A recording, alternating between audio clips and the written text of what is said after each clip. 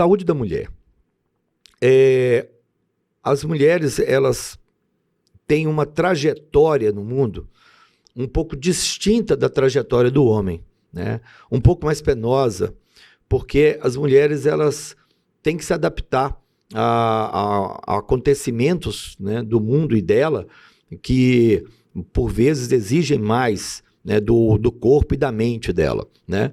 A mulher, a primeira etapa dela é ali na adolescência, né? A adolescência da mulher, a transformação da menina para a fase adulta, ela é mais penosa do que a do homem. E deve ser uma bomba de hormônios, né? Porque ela tem um marco da primeira menstruação, da menarca, né?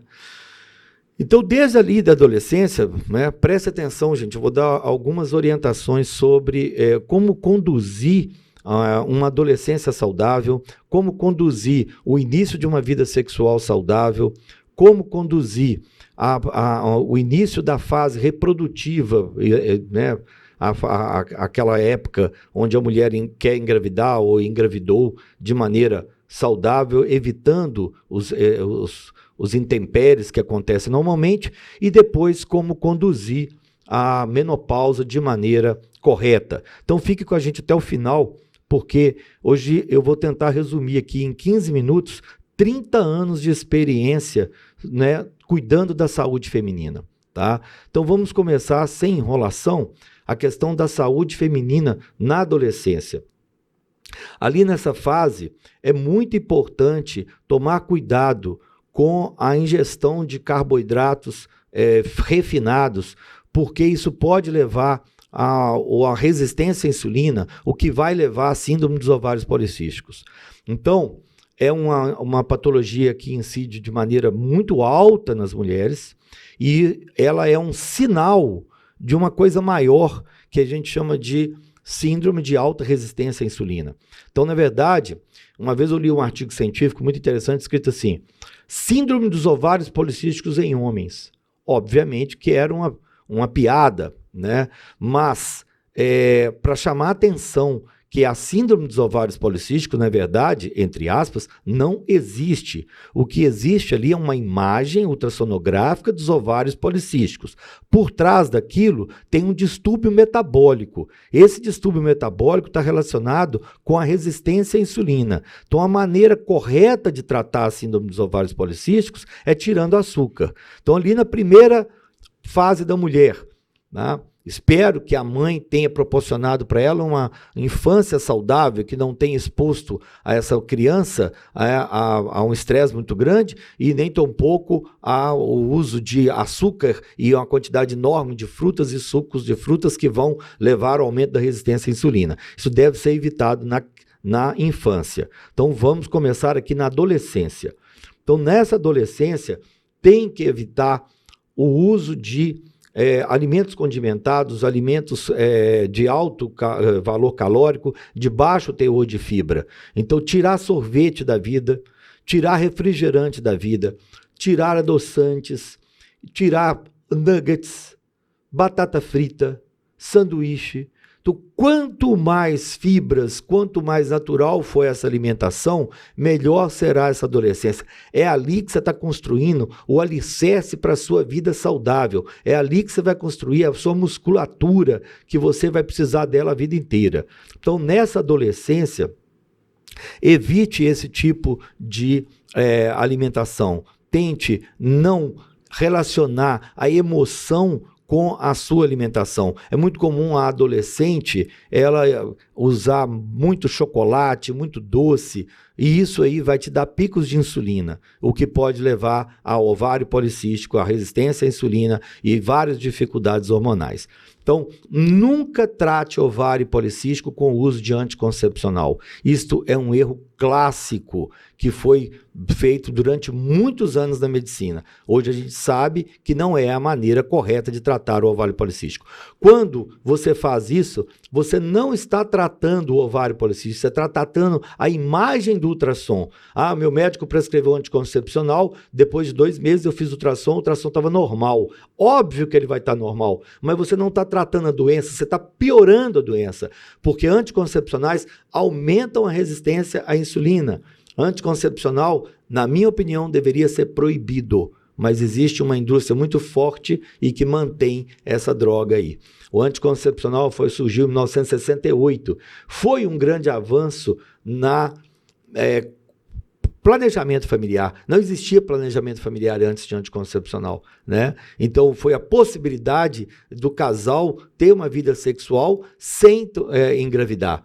Só que, depois de 50 anos de anticoncepcional, hoje nós estamos colhendo os frutos dessa droga tão perniciosa para a saúde da mulher. Então, o anticoncepcional hoje tem uma indicação muito restrita e muito pequena. Quando que a gente usa?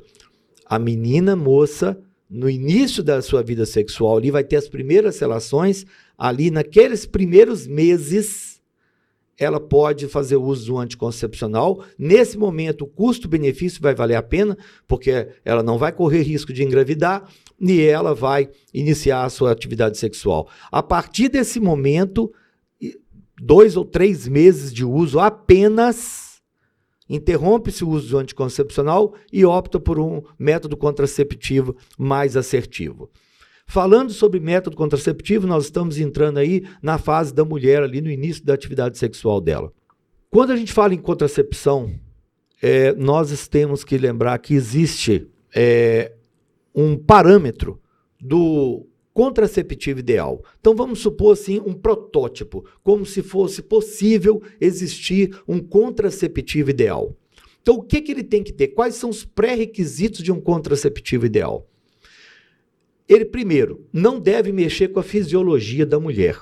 Então, o anticoncepcional está fora. Segundo, ele não deve interferir com a sexualidade da mulher.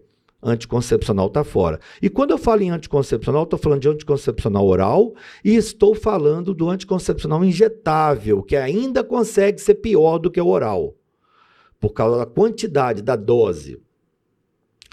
Terceiro pré-requisito, não deve interferir com a saúde da mulher. Então, isso é muito importante. Então, o anticoncepcional não pode fazer a mulher ganhar peso, né? O anticoncepcional não pode colocar a vida da mulher em risco. Então, ela não pode aumentar o risco, por exemplo, de trombose. Não pode, então, interferir com a saúde, não pode interferir com a sexualidade, não pode interferir com a vida futura reprodutiva. Então, tem que ser um método contraceptivo que não interfira com a saúde, ele tem que ser temporário, ele não pode ser definitivo. Então, aí a gente exclui a ligador de trompa, obviamente, né? E exclui a vasectomia, né? Então, o anticoncepcional tem que proporcionar, tem que ser viável economicamente, não pode interferir com a saúde, não pode interferir com a vida sexual, com o desejo sexual, não pode interferir com a saúde futura reprodutiva, tem que ser viável economicamente. Dentro dessa seara, o que sobrou de método contraceptivo? Sobrou o DIU de cobre e sobrou o Mirena. E aqui eu quero uma atenção muito especial. Eu coloco o DIU há 32 anos. Vi o Mirena nascer, né, em 1998, por aí. Então, o DIU de cobre foi o primeiro DIU que surgiu. E aí uma curiosidade, a história do DIU, ele começou com os árabes colocando pedras dentro do útero de camelas, para que elas não engravidassem durante a travessia do deserto. Então, um corpo estranho dentro do útero, ele impede a nidação do óvulo, né, do ovo, né, fertilizado. Então, e isto é um método contraceptivo. Daí, em 1969, então, surgiu o primeiro DIU, que foi a alça de Lips, que tinha muitos problemas, como hemorragia, cólica intensa e tal. Nós estamos em 1969. O anticoncepcional surgiu em 68 e o alça de Lips surgiu em 69. Daí, para resolver esse problema, foi colocado um pouco de cobre no DIU, para reduzir o tamanho dele, para diminuir a hemorragia e para que ele fosse mais eficaz. Porque o íon cobre, ele altera a permeabilidade da cabeça do espermatozoide, então ele consegue melhorar, né? Ele tira o ácido, a hialuronidase que tem na cabeça do espermatozoide, ele rompe a membrana da cabeça do espermatozoide e aí com isso ele não consegue fazer a conexão com o óvulo. Aumenta a eficácia. Não fertiliza, né? Então, o DIU foi evoluindo. Foi um método contraceptivo maravilhoso até 1998. Em 1998 surgiu o Mirena, né? E aí, por que uma coisa evolui? A coisa evolui, gente, para resolver os problemas da coisa anterior. Nada evolui para piorar. As coisas evoluem para melhorar. Então, quais eram os problemas do DIU? E eles permanecem. Os problemas com o DIU são ainda reais. Aumenta 30% o sangramento, aumenta a cólica, aumenta a TPM, aumenta a incidência de adenomiose, aumenta a incidência de endometriose, aumenta a incidência de doença inflamatória pélvica, causando infertilidade, aumenta então a perda de ferro, diminuindo a ferritina. Então você que tem ferritina baixa, não vai optar por DIU de cobre, por favor, porque isso vai piorar a sua vida. Só que depois de rede social, infelizmente, surgiram muitos pseudo-especialistas. Então eu chamo de doutor de Instagram. O cara nunca colocou um DIU na vida, mas ele é contra, né? Então, não dá para ser contra algo que você não sabe fazer. Então, DIU de cobre ficou no passado. Aí surgiu o DIU de cobre e prata. Gente, é quase a mesma coisa. Não mudou absolutamente nada, né? A incidência de expulsão é um pouco maior e a qualidade de vida da mulher diminui. Isto é muito ruim. Então, você deve colocar algo na sua vida que melhora a sua qualidade de vida e não que piora a sua qualidade de vida. Então, em 98 surgiu o Mirena e, na minha opinião, DIU de cobre virou coisa do passado. Não é uma realidade nossa. Não há indicação para colocar DIU de cobre. né? E por que as mulheres optam pelo DIU de cobre ao invés do DIU de Mirena? Porque tem uma pseudo-ideia de que eu não quero hormônio no meu corpo. E é isso que eu escuto no meu consultório. O Mirena, ele foi... Mirena e Cailina, gente, é quase a mesma coisa, né? Para evitar da gente ficar falando vários nomes, vamos falar só Mirena. Ele foi projetado para que a quantidade de hormônio que tem no Mirena fosse apenas de ação local. Então a ação dele é apenas local, não vai para a corrente sanguínea. A quantidade de hormônio que vai para a corrente sanguínea, ela é muito pequena, incapaz de interferir com a fisiologia da mulher, que é outro pré-requisito para que a gente tenha um método contraceptivo perfeito. Então, o Mirena deixa a mulher ovular. É muito importante que a mulher ovule. Eu falo que a mulher que toma anticoncepcional, ela não se conhece, porque ela não tem o ciclo normal da vida. A mulher, ela é um bicho cíclico, ela cicla todos os meses. E ela precisa desse ciclo hormonal para que ela tenha uma saúde mental e uma saúde física perfeita. Quando a mulher toma anticoncepcional, ela não cicla. Existe uma pseudo-ideia de que eu estou menstruando, que eu estou ciclando. Não, o anticoncepcional foi feito para te enganar, porque ele tem uma composição hormonal que na hora que você para, você sangra por privação dos hormônios que você estava tomando. Para de uma vez e aí você sangra. Mas o seu ovário está parado. Ele não está funcionando. Quem está sangrando ali é só o útero. Aqui dali, o útero, eu falo que o útero é igual um monitor de computador. Ele não tem a vontade própria. Ou o que você ligar, qual computador você ligar, vai aparecer no monitor o que o computador manda para ele. O útero é assim. O útero ele não tem vontade própria. Então ele sangra ou deixa de sangrar de acordo com a maneira que você manipula ali os hormônios, né, que deveriam vir dos ovários, né? Então, quando você usa anticoncepcional, você está anulando a natureza da mulher. Ela deixa de ser natural. E aí ela perde toda a sua essência. Então, O Mirena, ele é um método contraceptivo que mais aproxima do ideal. Não existe o ideal, mas nós temos de um lado o risco-benefício, o custo-benefício. De um lado eu tenho a necessidade de evitar filho e do outro lado eu tenho qual método anticoncepcional escolher.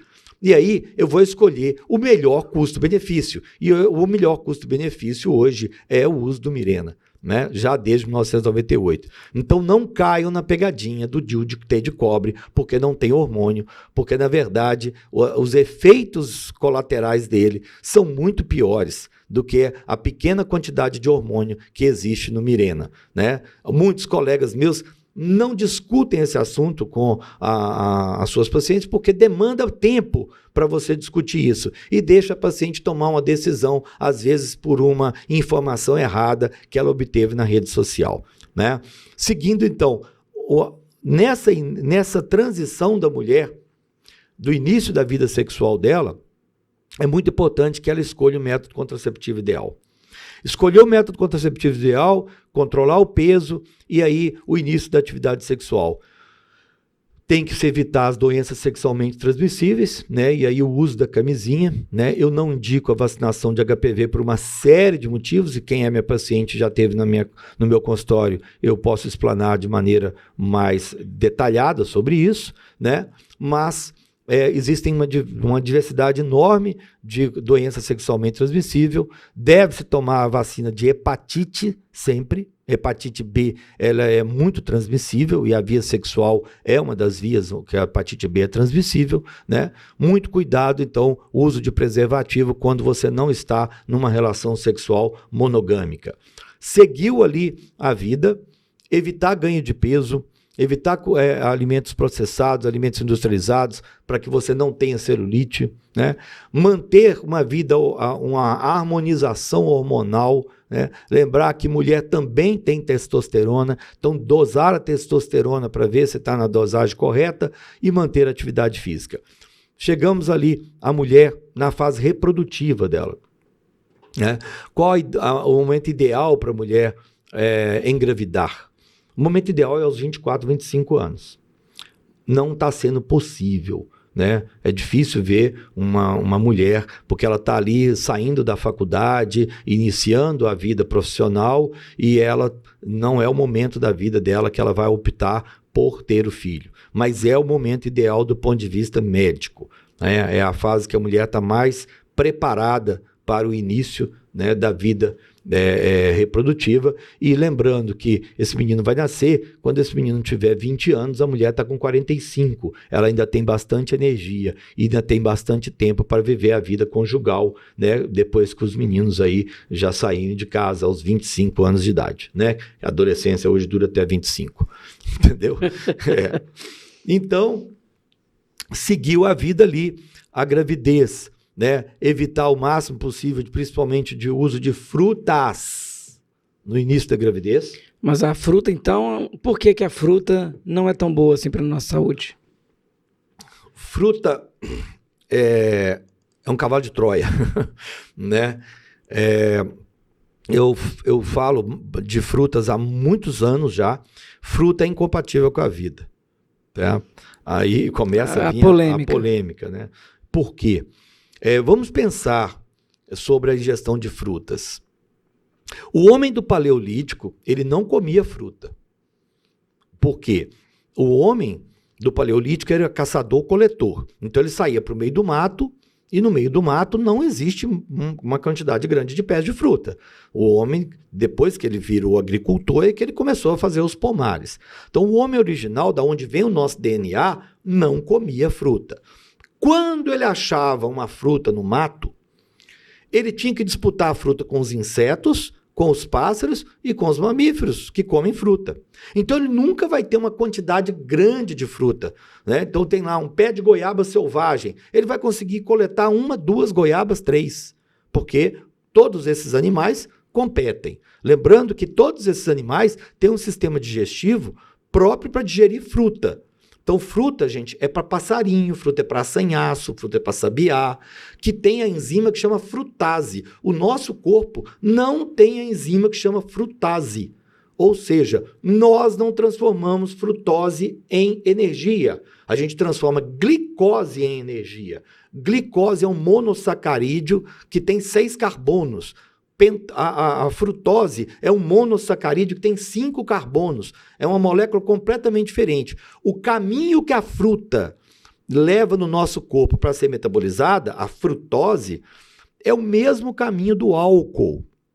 Então a fruta, ela hoje não, né? Sempre foi assim, ela segue o caminho do álcool e essa frutose, o fígado, para pôr essa frutose para fora, ele transforma a frutose em triglicerídeo. Então você que tem triglicéridos alto, pode ter certeza, seu triglicérides alto deve estar vindo do excesso do uso de frutose.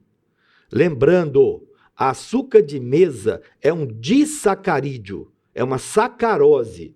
Quando você pega o açúcar de mesa, que está aí em tudo que vocês comem, e hidrata ele, faz a hidrólise, né? Hidroágua, lise, quebra pela água. Então, quando você quebra a sacarose, que é o açúcar de mesa, com a saliva ou com o suco gástrico, com água, você quebra ele em metade frutose, metade glicose. A metade glicose vai aumentar no sangue a sua glicose e vai dar pico de insulina.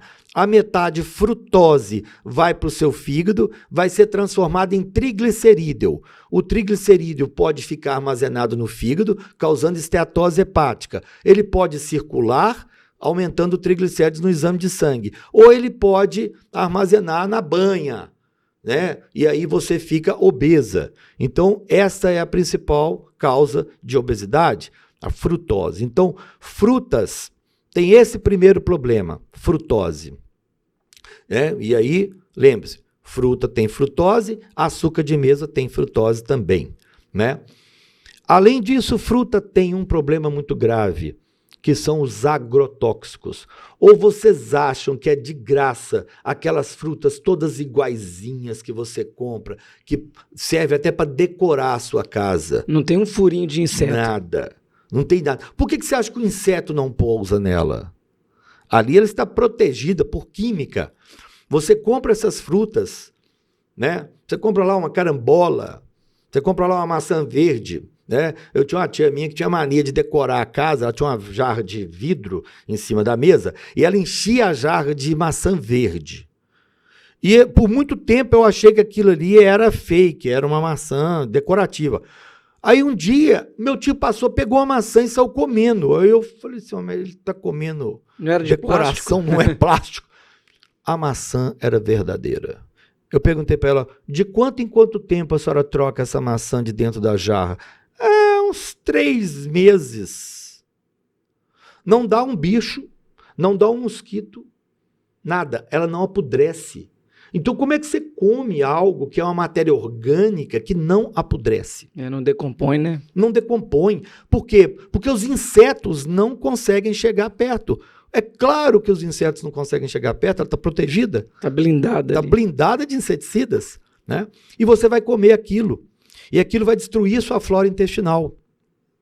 Além disso, vocês acham que nas grandes plantações de frutas, de maçã, de banana, de pêssego, esses pêssegos maravilhosos, nectarina, morangão, tem alguém capinando? É lógico que não tem ninguém capinando lá. A capina é química. A capina é química feita com glifosato, que é o Roundup. Essa substância, ela é extremamente perniciosa à vida do ser humano. Roundup, que é o glifosato, que era da Monsanto e hoje é da Bayer, né? O Roundup, ele faz uma capina química, ele impede o crescimento das ervas, dos matos, né, de folha fina, e ele impede na planta o desenvolvimento, então, desses matos. Só que no ser humano, sempre foi dito que o glifosato era inocente, e não é. No ser humano, ele interrompe a transformação de colesterol em vitamina D, ou seja, quando você come fruta que está contaminado com Roundup, com glifosato, você está diminuindo a sua vitamina D e aumentando o seu colesterol. E é um metal pesado também? O glifosato não, mas Não. tem metais pesados Tem na composição. na né? composição, né? E ele tem ação cancerígena. Então já existem estudos mostrando isso. Há um questionamento. Por que será que aumentou tanto a incidência de TDAH e de autismo na população? Façam essa pergunta para vocês mesmos e tentem responder. É algo que a população começou a ingerir de maneira absurda nos últimos 10, 12, 15 anos, talvez, né? Hoje, 30% das crianças têm aí um grau de TDAH. Então, por que vocês acham? Não será excesso de fruta? Então, voltando ao assunto da mulher, no primeiro trimestre de gravidez, evite comer frutas. Regra para comer fruta. O pessoal gosta muito de regrinha. Regra número 1. Só fruta da época. Então, não faz o menor sentido você comer uma manga agora. Nós estamos em início de setembro, a manga vai dar em novembro. Mas tem para vender. Eu falo, gente, tem cocaína para vender também. Você não vai consumir. Então, não é porque tem para vender que você vai comprar. Então, fruta da época. Como é que eu vou saber? Joga no Google. Fruta da época. Né? Antigamente tinha a folhinha mariana, né? Todo dia você arrancava lá, início da época da jabuticaba. Né? Daqui a uns dias a jabuticaba começa. Né? Regra número 2. Só fruta orgânica. E aí, se ela for da época, é mais fácil ela ser orgânica. Regra número 3. Aí que vem a tristeza, uma por dia. Mas não é uma melancia. Né? Um abacaxi inteiro. Não? Então, uma porção, né? É uma porção. Uma porção é o que cabe na sua mão. Né? Por isso chama uma porção. Então, o que cabe na sua mão. Eu vou comer melancia, é o que cabe na sua mão. Né? Tem gente que vai... cumbuca. Né? Então, essas são as regras para fruta. Lembrando, estou falando de adultos, né? É muito interessante as pessoas alimentar a criança. Quando você vai dar um remédio para a criança, você olha o quilo de peso, né? Aí você vai dar uma fruta para a criança. Você pega uma banana para você e dá uma para a criança. A criança, se ela for pequenininha, pelo menos é meia banana ou um terço. Porque você vai dar a mesma quantidade, né? Então, é outra coisa para as pessoas pensarem. Né? Por isso que o índice de obesidade infantil está em 17%. Está absurdo. Né? Hoje em dia, você observa uma criança nas escolas, metade está gorda. É em torno disso. Obesidade 17%, sobrepeso vai aí em torno de 50%. Né? E como é que será a vida desses adultos? Porque ali é que você começa o alicerce da vida adulta. Né? E já leva, né, para a vida adulta essa questão da obesidade. Evoluindo aí a saúde da mulher, a mulher então teve os filhos dela, e aí passa para a segunda fase, onde ela vai criar esses filhos, tarefa extremamente penosa, difícil, e nesse momento a mulher precisa que os seus hormônios estejam todos em dia.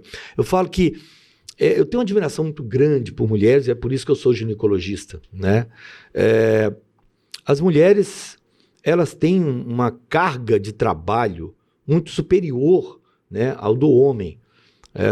O homem trabalha muito, né, o seu trabalho ali intelectual ou o trabalho braçal, né? Mas a mulher, ela tem, para além desse trabalho, ela ainda tem as funções de alicerce da família, né? A função de manter esse lar. A maioria das funções de dentro de casa pode ser compartilhada com o homem, mas é a mulher que, por natureza, mantém a casa limpa. Lá em casa eu cumpro ordens. Então, se mandar eu fazer, eu faço. Mas, assim, para mim está tudo bem do jeito que está. Né? Mas a mulher é que tem esse olhar mais detalhado. Né? O homem ele tem uma visão mais espacial das coisas. A mulher tem uma visão mais focal. Né? E além disso, ela tem que estar linda, ela tem que estar bonita, ela tem que estar animada, alegre, feliz. E quando o homem à noite chega e procura essa mulher, ela ainda tem que estar disposta. Né? Então, para que você consiga arcar com toda essa carga, né, você precisa de estar com todos os seus hormônios em perfeito estado. E a mulher ela tem uma máquina hormonal um pouco complexa, né? Ela tem um ovário e que ovula e que existe uma labilidade de hormônios durante o mês, né? Todos os hormônios são integrados, existe uma orquestra hormonal no nosso corpo, então é uma grande ilusão você achar que ali você está tratando a tireoide, que está tudo bem, não está tudo bem, né? Os tratamentos da tireoide, a maioria deles são equivocados, a mulher só toma o T4, ela precisa também de tomar o T3, muitas das vezes. Então, dica, quer saber se sua tireoide está funcionando bem? Faça uma curva de temperatura basal. Isso todo mundo devia fazer. Pega um termômetro, coloca do lado da sua cama. Por que tem que ficar do lado da cama? Porque a temperatura é basal, é na hora que você acorda. Então, na hora que você acordar, que você abrir o olho, você pega o termômetro e põe debaixo da língua. Depois você pega e anota aquele número num papel. A média da temperatura dos 15 dias tem que dar em torno de 36,3. Temperatura oral. E aí você, se tiver abaixo de 36,3, você está com uma baixa temperatura pela manhã. O hormônio responsável por manter a nossa temperatura é o T3.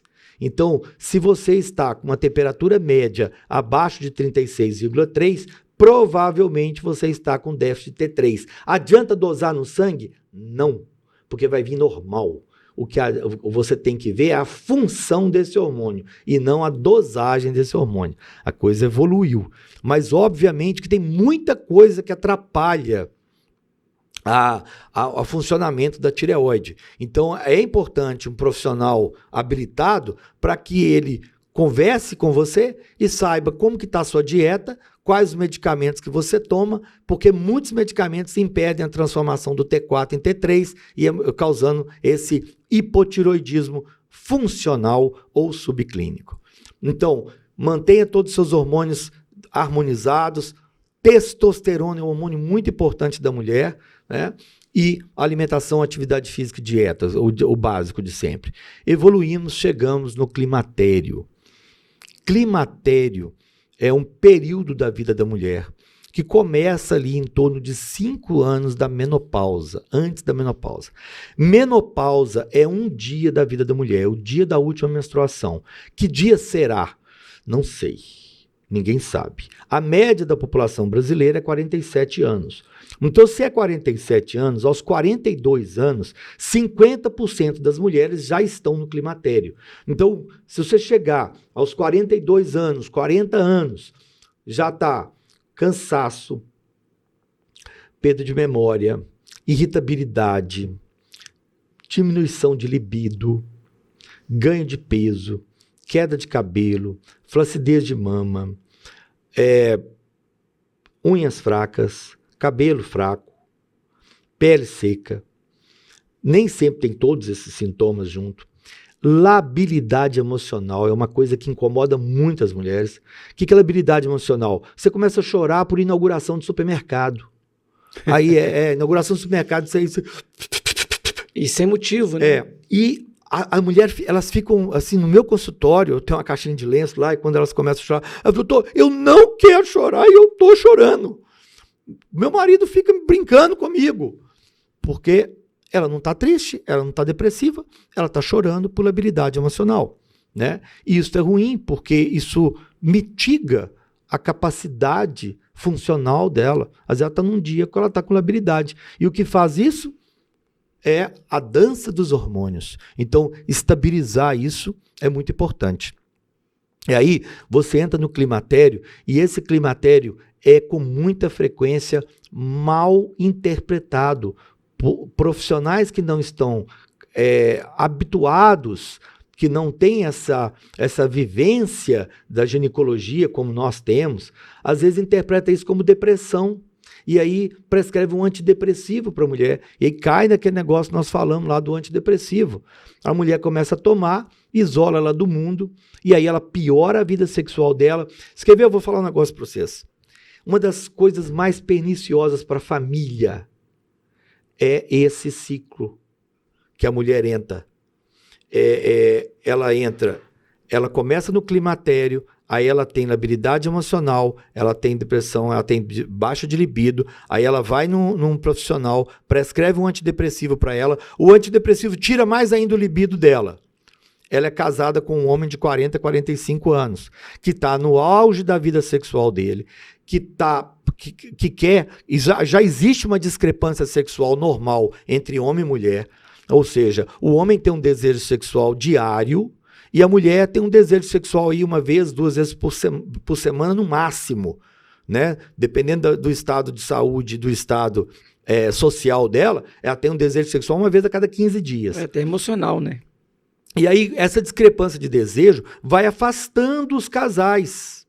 Qual o efeito colateral de você tratar de maneira errada uma labilidade emocional do climatério, uma baixa de hormônio com antidepressivo? Separação conjugal. E aí as mulheres reclamam, ele me abandonou. Não, você abandonou ele, mas não foi por sua culpa, né? Aí foi uma sequência de fatos que aconteceram que levaram ao distanciamento do casal. Qual a diferença que tem entre a relação sua com um amigo e sua com seu marido? Contato de mucosas. O que você tem com seu marido, o que você não tem com um amigo, é contato de mucosa. Se você para de ter contato de mucosa com seu marido, ele vira seu amigo. E aí, ele não quer uma amiga, ele quer uma mulher para ele. E ele vai procurar outra mulher. Então, preste atenção na sua relação sexual. Preserve o seu casamento. E como que eu faço isso? Não tome antidepressivo. Não faça de maneira errada o tratamento do climatério, da baixa hormonal. E muitas vezes a mulher perde testosterona, ali aos 35 anos ela já começa a cair a testosterona, dependendo da demanda da vida dela. Então, procure estar em dia com esses hormônios aí, né? Faça dosagem, procure um profissional adequado. Seguindo a vida, né? A mulher no climatério, fez a menopausa. Por favor, reponha hormônios. Existe um cenário criado, uma narrativa criada para vocês não repor hormônio. Isso começou em 2002. Eu já expliquei isso. E é comum, então, a influência da mídia também nisso? A mídia está diretamente interessada na mulher não repor hormônio. Porque a mulher com hormônio, ela não fica doente. Aí ela não toma antidepressivo, ela não toma antihipertensivo, ela não toma remédio para baixar colesterol, ela não toma remédio para dor, ela não toma remédio para ansiedade, então ela não toma remédio para queda de cabelo, ela não toma remédio para osteoporose, ela não toma remédio para perda de urina. Essa mulher ela não dá lucro para a indústria farmacêutica. Então a mulher que repõe hormônio, ela dá prejuízo para a indústria farmacêutica, porque ela repõe apenas o hormônio e deixa de tomar em torno de 7 a 10 medicamentos. E é por isso que a mídia trabalha o tempo todo para colocar o medo na cabeça das pessoas, né? Eu falo, gente, se a mídia está falando, corra para outra direção, porque a outra direção é que é boa para você. Se ela fala para você ir para a direita, você vai para a esquerda. Não vá, porque há interesses. Não sai publicado uma linha na mídia sem por trás ter um financiamento. Financeiro. Óbvio, cada segundo ali vale. Por isso que eles querem acabar com a rede social. Porque cada segundo vale dinheiro. E quanto mais a pessoa não aprende as coisas, né? Mais fácil de manipular. Mais fácil de manipular. Né? Quanto mais tempo você fica assistindo série de Netflix, né? Ali o que ele está roubando de você? Seu tempo. Né? Não é inocente. E é um bem mais precioso, né? É a coisa que você não recupera. Está emburrecendo a população de uma maneira geral. Né? Então, reponha hormônios. Eu não posso porque minha mãe teve câncer de mama, eu não posso porque minha tia teve câncer de mama, eu não posso porque meu cunhado caiu do prédio. Assim, é cada absurdo que eu escuto no meu consultório. Existe reposição hormonal segura para cada caso. Aí é necessário um profissional ginecologista atuante. Lembro, gente, não existe médico contra ou a favor de hormônio. Isso aqui não é religião. Existe médico atualizado e desatualizado. É isso que é a realidade. Então, eu tenho uma aula que eu fiz, que vai estar disponível no YouTube, sobre a reposição hormonal, a história da reposição hormonal, o porquê que vocês têm medo, porquê que foi criado esse medo na cabeça de vocês. Acesse lá o YouTube, que essa aula está disponível. Então, reponham hormônios de maneira correta. E aí a gente entra, né, na última fase da vida da mulher, né, a fase após 65 anos de idade. Eu espero que ela esteja repondo hormônio, né? E aí nessa fase é o momento da melhor idade, da terceira idade, onde a mulher vai estar ali com a sua função cognitiva preservada, porque ela está tomando hormônio, a sua função locomotora preservada, os músculos preservados, porque ela está tomando hormônio, e sua função sexual preservada, e obviamente a sua família e o seu relacionamento conjugal preservado, porque ela tomou hormônio. Então, essa mulher chegou aos 65 anos. Então, nós viemos aí desde a adolescência até os 65 anos, para quem acompanhou o tempo todo. E a mulher, dali para frente, o que a gente tem que tomar cuidado? Com a nutrição.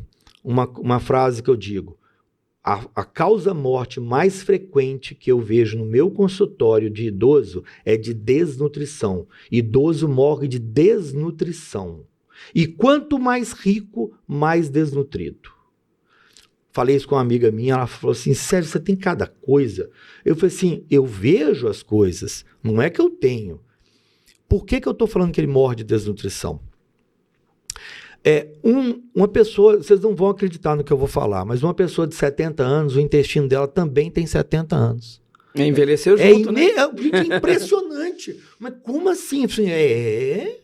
A pessoa tem 70 anos e o estômago, o intestino dela, todo tem 70 anos. É um negócio uma coisa maluco. Impressionante, né? Impressionante isso. E do mesmo jeito que uma pessoa de 70 anos não consegue subir uma árvore, subir num telhado, ela também não consegue digerir uma comida que é para uma pessoa de 25. Ninguém pensa nisso.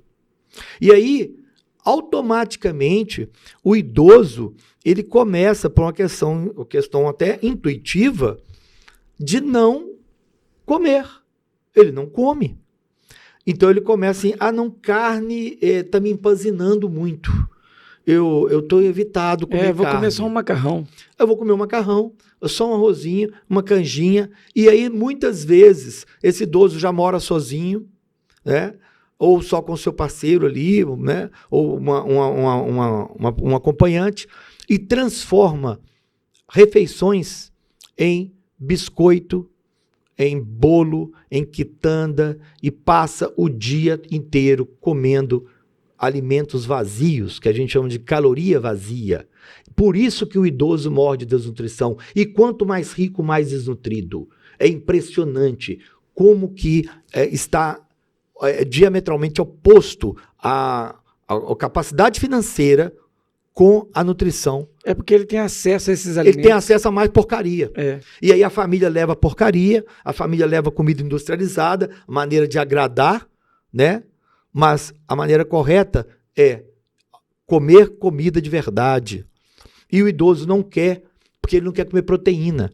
Por que ele não quer comer proteína? Porque o estômago dele tem 65, 70 anos e já não produz mais ácido gástrico, gastrina. Ele não produz mais ácido clorídrico dentro do estômago. Então ele não consegue digerir essa proteína, ficando empazinado. Aí quando esse alimento cai no duodeno, ele não tem, o pâncreas dele está cansado. O pâncreas, gente, ele produz insulina, produz glucagon, e existe o pâncreas exócrino, que produz as enzimas digestivas. Então, existe um pedaço do pâncreas que joga hormônio dentro do sangue, e existe um pedaço do pâncreas que joga enzima dentro do duodeno. Ali, depois que sai do estômago, cai no duodeno, e ali ele começa a digestão. A peptidase pancreática e a lipase pancreática, né, lipigordura, peptidase, peptídeo, proteína. Então, esses hormônios, essas enzimas, elas vão digerir gordura e proteína. O pâncreas, ele começa a ter, esse pâncreas de 65, 70 anos, ele é um pâncreas hipoativo. Não é muito comum a pessoa ter diabetes com a idade? Sim. Imagina o pâncreas dela endócrino, já está cansado. Não consegue mais produzir insulina. Aí você dosa ela no sangue, a pessoa está diabética. O pâncreas exócrino também está cansado. Então a pessoa não consegue digerir proteína. Aí o que ela come no lugar da proteína? Carboidrato. Aí ela é pré-diabética, ela fica diabética, porque ela come mais carboidrato. Tudo por quê? O pâncreas exócrino dela está cansado. E, infelizmente, meus colegas não tratam isso. Isso é fundamental. Só trata o diabetes e a outra parte do pâncreas você não vai tratar? Vai continuar produzindo, né? Tem que tratar as enzimas. Então, você tem que dar para o idoso as enzimas digestivas. E uma bobagem que as pessoas fazem, né? Suplementação. Suplementação é importante? Sim. Mas antes da suplementação, você tem que preparar o terreno para que tudo aquilo que você suplemente seja absorvido. A absorção é mais importante do que a suplementação. Então, primeiro você prepara o terreno, depois você planta. Primeiro você prepara o intestino, depois você suplementa. É assim que se faz. Senão não absorve, né? Não absorve, você vai ter um cocô caro. Aí tá cheio de idoso aí cagando fortunas, né? Porque o cocô dele tá caro, ele não preparou nada. Ele não preparou. Então, você tem que começar o processo digestivo lá no estômago. Você começa a nutrir ali. A nutrição não é feita do que você come, a nutrição é feita do que você absorve. E aí, é isso que você tem que proporcionar para o idoso, melhorar a capacidade de absorção intestinal. E para isso você tem que tratar a flora intestinal e a integridade intestinal, começando lá no estômago. Aí existem vários exames que a gente pode fazer para saber se a pessoa tem um trânsito intestinal lento, se ela tem um trânsito duodenal lento, se ela tem uma secreção gástrica ruim, se ela está fermentando. Uma frase que eu sempre digo: você peida? Se você peida, você está errado. O certo do ser humano é não peidar nunca na vida.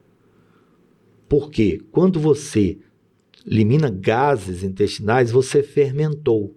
Se você fermentou, é porque você consumiu uma quantidade de carboidratos que chegou no seu intestino grosso, onde tem a flora intestinal fermentativa, e você fermentou e produziu CO2.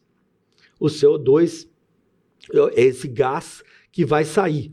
Se esse CO2 tiver com metanol e tiver o íon enxofre, você vai ter um pum fedorento. Se tiver sem o íon enxofre, o pum vai ser sem cheiro. Mas, de qualquer maneira, se você peidou, você errou. Até remou. Isto é uma frase feita minha, né? Peidou, errou. Então, quer saber se você está comendo direito? Além da observação das fezes, é uma coisa que eu ensino para todos os meus pacientes, você tem que saber a escala de Bristol, que é a escala de fezes, ela tem que ficar ali entre a 3 e a 4. Olha aí no Google. E, além disso, você tem que observar a formação de gases intestinais. Você não deve ter uma produção de gases intestinais, né? E aí, manter esse nível nutricional. Para o final da vida, parar de tomar química. Hoje, os estudos mostram, a estatística mostra que o idoso chega aos 60 anos tomando, em média, 7 medicamentos. Essa semana eu atendi uma senhora de 84 anos tomando 25 medicamentos. Loucura, hein? Ela falou que não consegue comer de tanto remédio que ela toma. Ela tem 4 médicos tomando conta dela. Você divide aí, então... 5 para cada um. 5 remédios para cada médico, em média, né? E o mais interessante, um médico não tira remédio do outro que acha falta de respeito. E aí eles vão montando uma casinha de caboclo. Eles vão montando, sabe aquele jogo de vareta? Se você tirar uma, você mexe em todas. Então eles vão colocando um remédio para cobrir o efeito colateral do outro remédio, um remédio para cobrir o efeito colateral do outro remédio.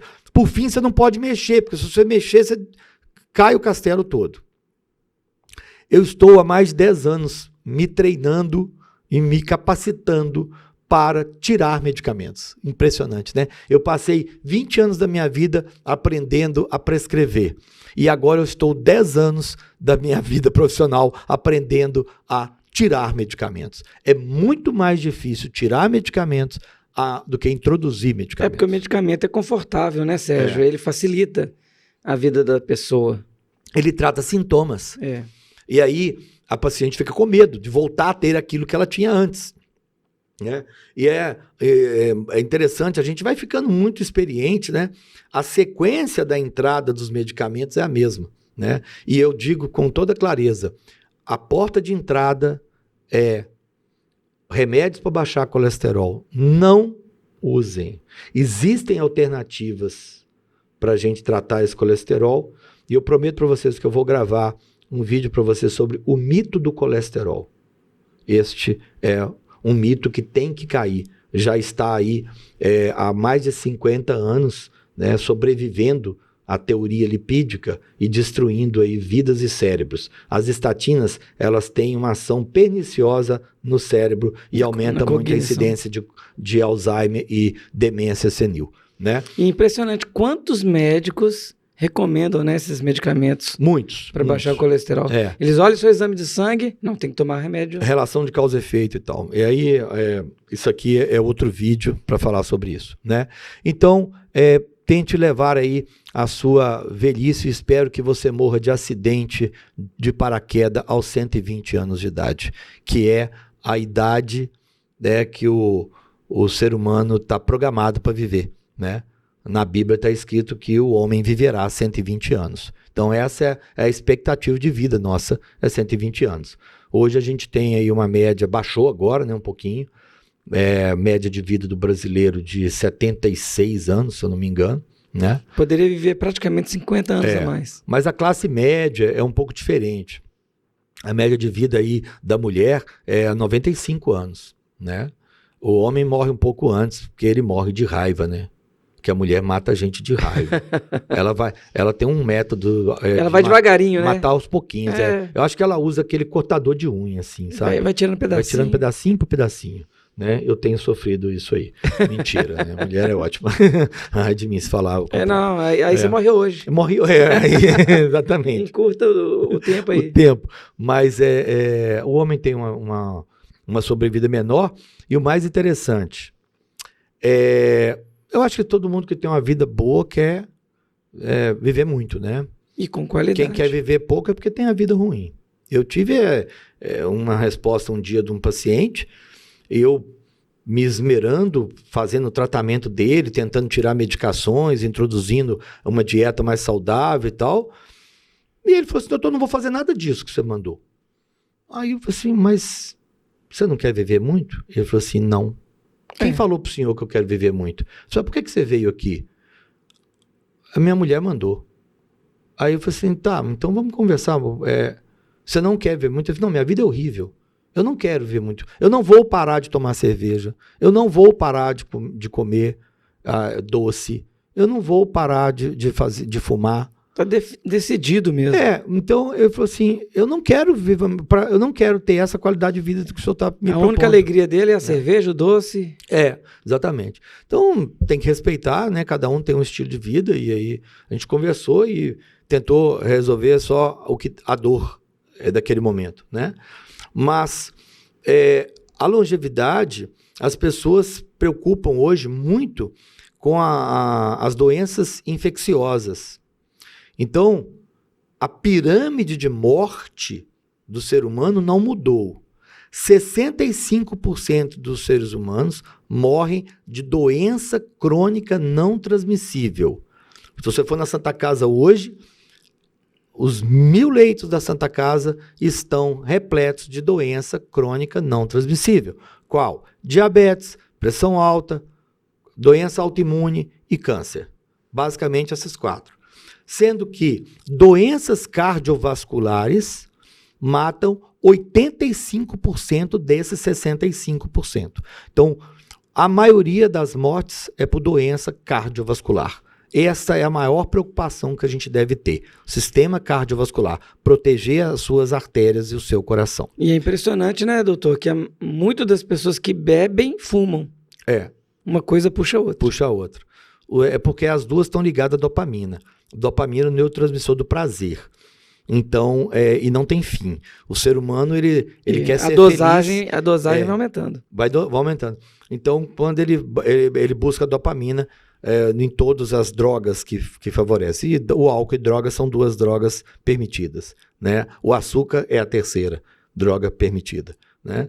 Então, 65% morre de doença crônica não transmissível. 25% morre de acidente. E apenas 15% morre de infecções. E se você tiver um sistema imune bom, você não vai estar nesses 15%. Então, não preocupem com infecções, parem de correr atrás disso, né? Porque não é isso que mais mata.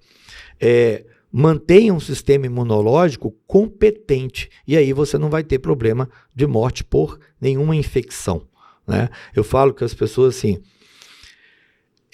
como que eu evito de pegar uma infecção? Você não evita. Os bichos querem comer a gente desde o dia que a gente nasce. Não é só o homem, não, né? Todo ser composto de carbono vai ser atacado, vai ser decomposto. Então, parasitas, vírus, fungos, bactérias e parasitas em geral, né? Todos eles vão comer matéria orgânica, seja ele planta, seja ele animal, mamífero, etc. Então, os bichos querem comer a gente desde o dia que a gente nasce. Você tem uma conjuntivite, você tem uma sinusite, você tem uma infecção de garganta, você tem uma infecção de urina, e você vai lutando, uma candidíase, você vai lutando contra esses bichos. Uma hora eles vão conseguir. Eu tenho certeza disso, né? Para quem não for cremado, vai ser comido pelos bichos. Então, você não consegue... se você chegar no meu consultório e falar assim, Sérgio, como que eu faço para não pegar a ameba? Não tem jeito. Então, todas as doenças infecto-contagiosas, a possibilidade de você não pegar... a questão é pegar e não evoluir. E não evoluir. É você estar preparado para a guerra. Então, não adianta. Se você saiu de casa, você está sujeito a pegar uma doença infecciosa, óbvio. Mas o nosso organismo tem um sistema imunológico competente para isso. Então, ao invés de você ficar preocupado em meios para se esconder de infecções, se expõe a elas e tenha um sistema imunológico competente. Obviamente que manter a higiene é uma coisa básica, né? Mas ficar com essa mania do álcool gel... O álcool gel tem que ficar 4 minutos na sua mão para que ele tenha uma ação. Eu vejo as pessoas passando álcool gel na mão, aquilo virou mais uma mania, né? Um toque, um transtorno obsessivo compulsivo, do que realmente uma maneira eficaz de se evitar a infecção. Vá no banheiro e lave a mão. Isso sim é eficaz. Agora, ficar passando o álcool gel, isso aí é uma mania que, infelizmente, foi adotada aí por parte da população, né? Então é isso, gente. Saúde da mulher do início da vida ao final da vida, né? Em pílulas aqui, e muitos desses assuntos a gente pode desenvolver, né? Para que a mulher tenha uma vida saudável. E aí no final eu falei sobre a velhice como um todo, né? Muito obrigado. Fantástico.